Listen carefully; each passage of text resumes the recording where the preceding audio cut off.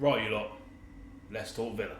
Yes, so I am back. It's been about a week since we uploaded on this channel, and what is the explanation for where I've been? I don't know if you can tell, like right down next to me, but the baby arrived slightly early, a couple of weeks early, which I'm actually not too fussed about because I have a bit of time off work, so it means I get to spend more time at home.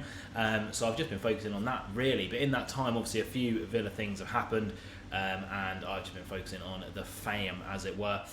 So, you know, put this to a little back burner, but we're back now. We've managed to hold pretty on 1,540 subs, so 10 more subs for 1,550. So do hit the subscribe button if you are enjoying. There's going to be plenty more Aston Villa and football related content, especially as we go into the Euros this summer. Do I look a bit worse for wear? Yep, haven't shaved, haven't got a haircut, but we're going to get back into it. I just want to talk about my favourite thing, which is Aston Villa, and what has been going on since I've been gone, and what's going to be going on tomorrow as we look to preview the Brentford game. I've also got another special video which I'm going to film back to back with this one that will be out on Sunday. So you'll get this one as close to being Friday as possible, probably closer to midnight, and then the special video will be on Sunday, and hopefully the Brentford review will be on Saturday evening. But as always, guys, leave a like, subscribe if you are enjoying the Aston Villa content. Let's get into what's been happening since I've been gone. So, whilst I've been living on a diet of Easter eggs for breakfast because I'm so tired, I literally didn't sleep for 45 hours, by the way. It was pretty horrible, but nonetheless, this happened, and then this happened. That one, pretty ideal. That one, not so ideal. So first of all, so we played Wolves on Saturday. I managed to watch that game. It was all right. We played as I'd expect us to play, against a team lower than us. We didn't actually play, you know, our best football in the world, I guess. Wolves were very, very competitive, and for large streaks of the game, looked like they actually deserved to beat us. But, you know, quality shone through. A couple of really, really nice goals, especially the Moussa Diaby one. And even with, you know, Watkins going off at half-time, which is always a worry because he's been like our best player this season, we actually still look pretty strong in the second half with John Duran, I always get confused. And we'll get onto him in the Man City game a little bit after that as well. But a nice win, as expected. See you later, Wolves. You can have your XG all you want, pal. Enjoy being mid-table. And then we move on to the City game, where I actually really didn't like. The first thing that pointed out to me, or that stuck out to me, why on earth did we start Robin Olsen? Like, we've got Joe Gauchi, who's clearly going to be a bit of a longer member of this football club. Give him the opportunity whilst we're here, you know what I mean? I think, you know, why not? Instead we start Robin Olsen, who actually had a good game, but he's just not like the best goalkeeper in the world, is he?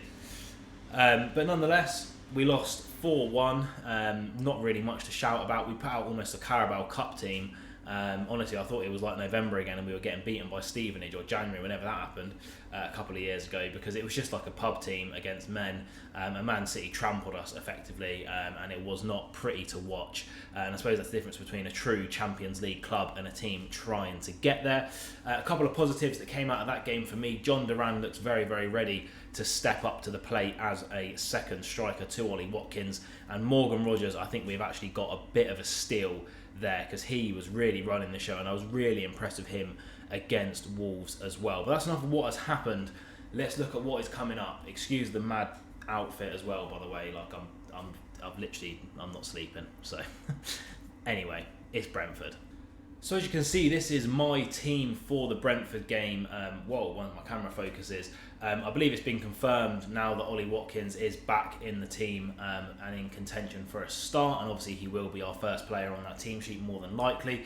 Similarly with Emi Martinez as well, who goes straight back into that goalkeeper spot for me. Alex Moreno, Pau Torres, Diego Carlos and Ezri Konsa make up our strongest back four. John McGinn returns from his 3-game suspension and slots right back into that left mid spot for me, allowing Tielemans and Dougie to link up in the middle, Bailey on the right, and then Diaby, who's been in absolutely electric form up front with Ollie Watkins. The biggest decision to make, bloody hell, for me in this team was dropping Morgan Rogers, who, like I said, has been absolutely fantastic. And maybe we keep McGinn in the middle and keep Morgan Rogers on the left. But I just think this is a game that could really benefit from someone like Tielemans. Brentford are an aggressive side. and I feel like his passing in between the lines could really, really help us out. And I like John McGinn on the left for this game, just to give us a bit more defensive stability, because where are Brentford strongest? Wissa and Bueno and Tony up front, and we need something to counteract that. And as well, Morgan Rogers is a fantastic player. McGinn definitely offers more defensively, but I wouldn't be surprised if McGinn does start in the middle and then Rogers starts on the left again, purely because he's been electric for us in the games that he has played. And then, that's pretty much your standard team for Brentford, right? If Ollie Watkins isn't fit, obviously John Duran comes back into that space and probably scores another goal, because he's just that type of player. Zaniolo, again, probably unlucky to miss out here for me. He has been sort of playing alright football recently, but I think Morgan Rogers is already a better footballer than him, and he played for us permanently. So it just makes sense, doesn't it? But moving on from that, we go into Brentford's last team. Again, it's a decent team. I'm surprised they're so low in the league, considering what they've been doing, with their manager in the last few seasons. Their captain, obviously, Ivan Toney, their biggest threat. However, I just don't get how he's still the captain of that club, because every week I'm seeing him do like a new interview on Twitter with someone else, like a different journalist, pretty much saying that he can't wait to leave Brentford, and yet all the fans still love him. It's a really, really weird scenario for me. If any Brentford fans are watching this, let me know what you guys think about that, because I just think it's a bit strange. And Bueno and Wissa, I think, are criminally underrated. I think Bueno especially is a fantastic player. They have options off the bench like Damsgaard as well, and they have quality all over. Like I say, I'm really surprised at how this season has gone for them, because they're a decent club, and I'm sure they will give us a very, very tough game indeed. In terms of the Premier League table, if we switch over to that here, you can see we currently sit 2 points above Spurs, who still have that game in hand. So it is technically advantage Spurs, although they have to play Chelsea in that game in hand, who have just started to look like a good team all of a sudden, getting a great win over Manchester United yesterday, scoring in the 110th and 111th minute or something ridiculous. But that's where it sits us in the table. Effectively, it means that Brentford is a must win. Now we're on 30 points. I'll be doing another video, 30 points, 30 games. I'll be on 31 after this weekend. I'll be doing another video next week, just to kind of break up in between our European fixture against Lille, about the run-in and what I think is going to happen. But effectively, my thoughts are, and it's pretty straightforward, although it isn't, we pretty much just have to better or equal Tottenham's results every single game now for the rest of the season.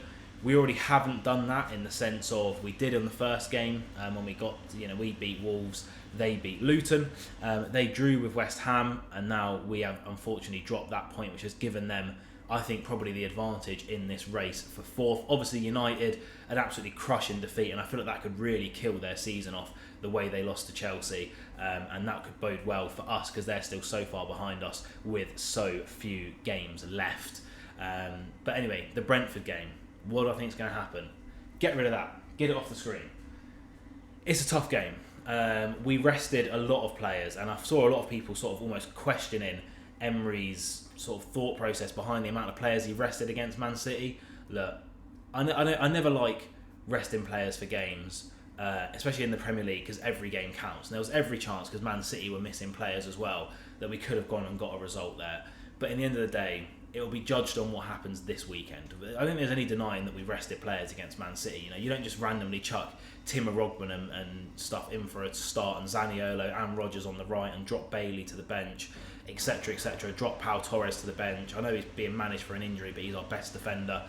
You just don't do that unless you are just preparing for what you'd see as a more winnable must-win game, and that is Brentford in essence. I feel like every Villa fan would have admitted that this season we could the run-in, we can afford to lose to City, Arsenal, Liverpool. Those are the three teams we can afford losses to, in the sense of no one expects us to win, and Tottenham have to play all three of those teams as well.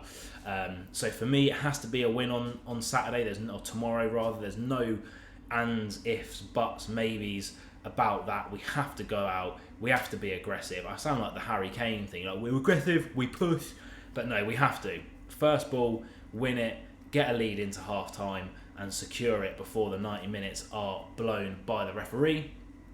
I think we're going to do it.